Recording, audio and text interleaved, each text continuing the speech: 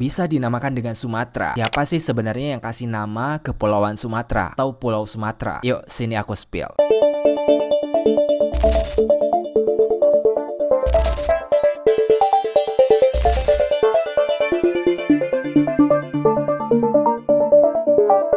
By the way, dulunya Pulau Sumatera ini merupakan bagian dari benua Eurasia atau salah satu benua yang merupakan penggabungan antara benua Asia dan juga benua Eropa. Buat kalian yang belum tahu, benua ini adalah benua yang membelah antara bagian dari Asia Tengah dan juga beberapa bagian dari negara bagian Eropa. Tata letak Sumatera sendiri sebenarnya berdasarkan era-era yang udah dipisah, Sumatera ini bagian yang terletak di lempengan bumi paling sensitif terhadap beberapa kasus tektonika, kemudian gempa, dan juga berbagai aktivitas yang berhubungan dengan sesar. Jadi bisa dibilang bahwa garis khatulistiwa yang membelah bumi bagian utara dengan bumi bagian selatan itu membagi Sumatera menjadi salah satu dua bagian juga. Dan fakta yang paling unik adalah Sumatera merupakan salah satu pulau yang memiliki posisi ke-6 terbesar di seluruh dunia.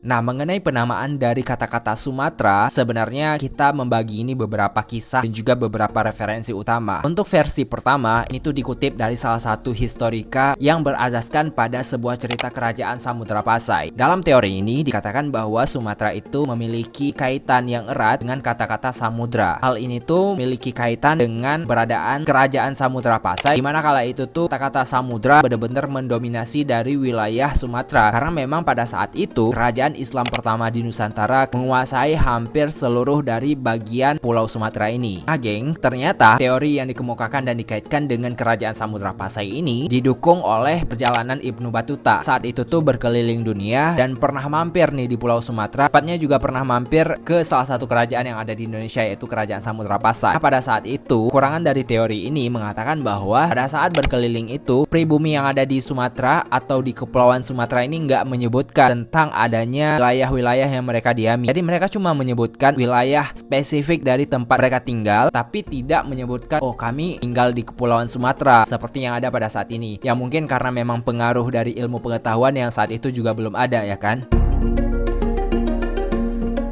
Versi kedua, ada pendapat yang dikemukakan oleh ahli arkeologi dari asal Belanda bernama Nicolaas Johannes Kromp yang mengemukakan bahwa sebenarnya penamaan dari Kepulauan Sumatera ini berasal dari kata Sumatera Bumi. Mungkin kalian yang udah pernah mempelajari sejarah udah nggak asing lagi dengan kata-kata Sumatera Bumi. Yap, salah satu gelar yang diberikan kepada Raja Sriwijaya yaitu Raja Haji Sumatera Bumi yang merupakan salah satu raja penerus dari kerajaan Sriwijaya. Dan dalam bahasa Sanskertanya itu diversikan dengan istilah Suwarna Bumi atau salah satu plesetan dari bahasa Sanskerta yang menyatakan bahwa Sumatera itu adalah salah satu negerinya emas atau pulaunya emas. Penamaan dari Sumatera Bumi ini turut diperkuat dengan penemuan-penemuan prasasti nih. Gak hanya prasasti yang ada di Indonesia aja, tetapi juga didukung oleh prasasti-prasasti yang terletak di India sana. Jadi seperti kita tahu bahwa kerajaan-kerajaan Hindu Buddha yang ada di Indonesia kala dulu itu tuh kayak punya relasi banget sama yang namanya negara India. Nah, beberapa prasasti yang aku maksud tadi diantaranya ada prasasti Nalanda dan juga prasasti Tanjore. Yang dua prasasti ini menuliskan bahwa adanya bahasa Sanskerta yang menunjukkan bahwa ada Suwarna Bumi, mana Suwarna Bumi ini kalau ditranslatekan itu tuh lebih berarti kepada negeri yang dipenuhi dengan kekuatan emasnya atau potensi sumber daya emasnya. Di tulisan yang tertulis pada prasasti itu menjelaskan bahwa spesifik lokasi dari prasasti ini ditemukan ya di kerajaan Sriwijaya kala itu. Kalau ditranslatekan,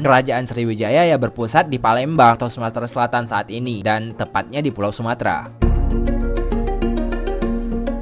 Ternyata gak hanya prasasti luar nih yang bener-bener kayak memikat banget teori tentang adanya penamaan kata Sumatera ini, geng. Ada prasasti Indonesia yang juga turut memperkuat bahwa kata-kata Sumatera ini berasal dari kata-kata Sumatera Bumi dan Suar Bumi. Anyway, kalau kalian pernah baca tentang kerajaan Sriwijaya, udah gak asing lagi sama yang namanya prasasti ini, yaitu prasasti Padang Roco. Nah, di prasasti ini dijelaskan bahwa sebenarnya ada beberapa tulisan yang menjurus kepada penamaan negeri Sumatera ini. Kesimpulan yang terletak pada prasasti ini, negeri Indonesia yang saat itu tuh belum dikenal dengan negerinya Republik Indonesia, tapi dikaitkan dengan adanya dua buah pulau besar, yaitu dinamakan dengan Sufar Bumi yang merupakan Pulau Sumatera dan juga Java Bumi yang merupakan Kepulauan Jawa.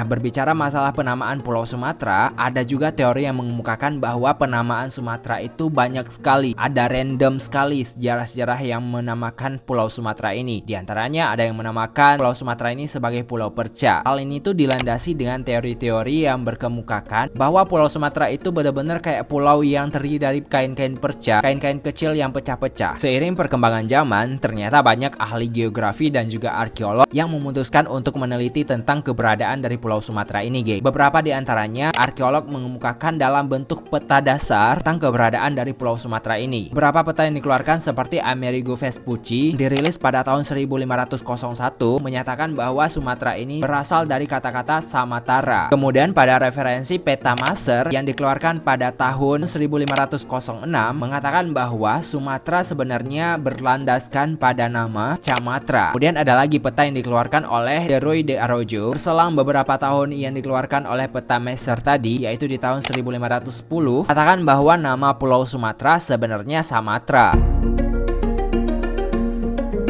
Nah, cerita yang paling penting adalah kisah Marco Polo yang berkeliling dunia di tahun 1201 yang mengatakan bahwa sebenarnya Marco Polo itu pernah singgah juga di kepulauan ataupun Pulau Sumatera ini. Yang menjadi kekurangan dari teori yang dikemukakan oleh Marco Polo ini, si Marco Polo ketika datang dan singgah di Sumatera, dia tuh nggak menanyakan langsung kepada pribumi. Sama nih dengan kisah yang disampaikan oleh Ibnu Battuta, ketika mereka datang ke Sumatera kala itu, mereka tuh nggak menanyakan kepada pribumi ini pulau apa, tapi mereka lebih mengatakan bahwa ini adalah daerah ini, kemudian ini adalah daerah ini. Mereka tuh nggak sampai kepikiran nanyain ini pulau apa sebenarnya. Ya memang balik lagi bahwa keterbatasan teknologi citra satelit dari saat itu yang belum ada, sehingga membatasi wilayah yang memang sangat-sangat besar, dan bahkan ada orang-orang di penggunungan daerah Sumatera nggak tahu kalau misalnya Pulau Sumatera itu dikelilingi oleh laut-laut. Jadi mereka mikir kayak ya mereka tinggal di pegunungan, ya udah mereka tinggal di pegunungan tanpa ada laut gitu. Nggak kayak sekarang mungkin lebih canggih, bisa dilihat dari citra satelit yang update-nya setiap berapa jam sekali dan sebagainya.